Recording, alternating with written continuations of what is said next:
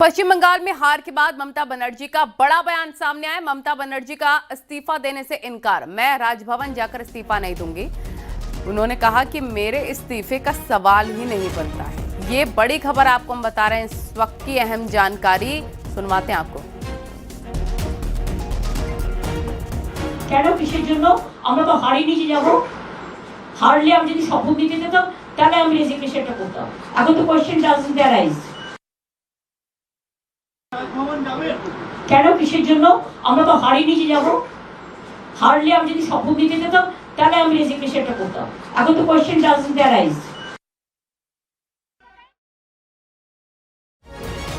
ज्यादा हुआ क्यों? हम लोग जैसा फाइट किया इंची टू इंची, इतना फाइट हम लोगों ने किया जिंदगी मौत को सामने रख के। तब भी अगर हमारा फाइट तो बीजेपी का साथ नहीं था, हमारा फाइट था इलेक्शन कमीशन का साथ। और अगर इलेक्शन कमीशन बेच जाए, अगर जुडिशियरी से कोई जस्टिस ना मिले, अगर इतना लोगों को लॉजिस्टिकल नाम पे निकाल दिया जाए, वन साइडेड इलेक्शन ऑफिसर लोग काम करे, स्विच ऑफ कर दे, ईवीएम मशीन कैप्चर करे। आप हमको बताइए, जब लोगों ने वोट देता है मशीन में, उसका चार्ज, बैटरी चार्ज 40 का नीचे उतर जाता है, लेकिन 1995 कैसे हुआ? लेकिन कंप्लेन किसको करेंगे?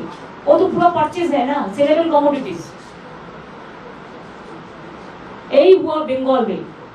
बंगाल का असली चेहरा और कोई अलग है, लेकिन जो चेहरा निकाला ये election commission, BJP and government of India, all central forces का एक जॉइंट ट्रायो कॉम्बिनेशन का साथ हम लोग को लड़ने पड़ा।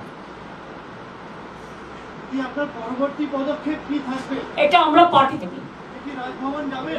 কেন কিসের জন্য? আমরা তো হারিয়ে নিয়ে যাব, হারলে আমি যদি শপথ নিতে যেতাম তাহলে আমি রেজিগনেশনটা করতাম। এখন তো কোশ্চেন ডাজন্ট অ্যারাইজ। জোর করে দখল করে যদি কেউ মনে করে। संदीप पांडे हमारे सहयोगी फोन लाइन पर जुड़ गए हैं। संदीप, ममता बनर्जी हारने के बावजूद भी कह रही हैं कि वो चुनाव नहीं हारी हैं और वो इस्तीफा नहीं देंगी, ऐसा वो क्यों कह रही हैं? बिल्कुल, देखिए, ममता बनर्जी लगातार चुनावी प्रक्रिया पे सवाल उठा रही हैं, चाहे वो एफआईआर का मसला हो, उसके बाद जब राज्य में चुनाव हुआ है उस पर लगातार सवाल उठाती रहे। अब वो मतगणना पर भी सवाल उठा रही हैं। ऐसे में बड़ी संवैधानिक चुनौती खड़ी कर रही ममता बनर्जी।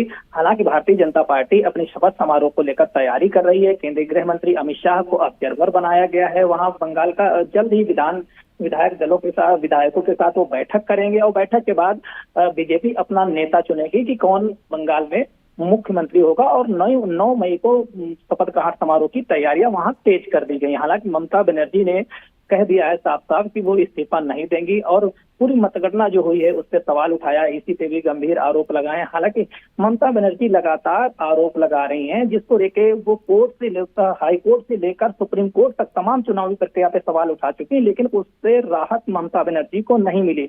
आप देखिए, जब भी बंगाल में चुनाव प्रक्रिया शुरू हुई है, चाहे वो सेंट्रल से ऑब्जर्वर नियुक्त किए गए थे या अन्य मसले थे, टीएमसी हाई कोर्ट भी गई, हाई कोर्ट से राहत नहीं मिली, सुप्रीम कोर्ट तो गई, सुप्रीम कोर्ट से भी राहत मिली। यानी कि जो टीएमसी के आरोप थे वो बेबुनियाद निकले। इसके आधार पे न हाई कोर्ट से वहां पे राहत मिली, न सुप्रीम कोर्ट से राहत मिली। तो ऐसे में ममता बनर्जी ने जो कहा कि इस्तीफा नहीं देंगे, तो एक संवैधानिक चुनौती दे रही हैं। लेकिन अब देखना ये होगा कि अगला कानूनी कदम क्या होगा ममता बनर्जी का। बिल्कुल, आप नजर बनाए रखिए। फिलहाल आपका बहुत शुक्रिया।